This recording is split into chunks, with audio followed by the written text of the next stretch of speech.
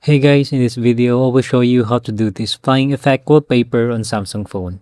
If you're new to this channel, please subscribe or click the follow button to be updated with our latest upload.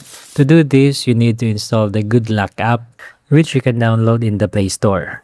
Also, you need two pictures like this, a background and a subject.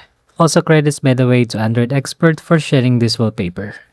I'll also include the link of the pictures in the video description in case you like it.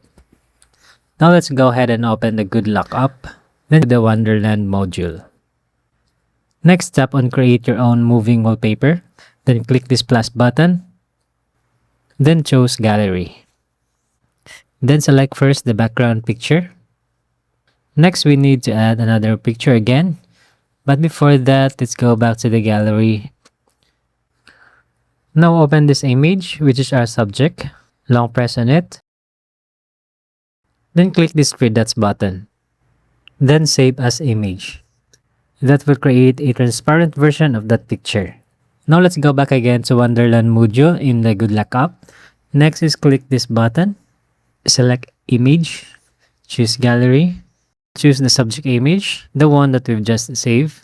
Adjust its size. Then after that, click that image setting. In here, enable apply individual motion effect. Now for the X movement, set it to -41. And for the Z movement, set it to 32. After that, click preview.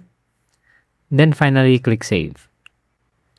Then set it as your wallpaper. And that's how you do the Flying Effect Wallpaper on Samsung phone.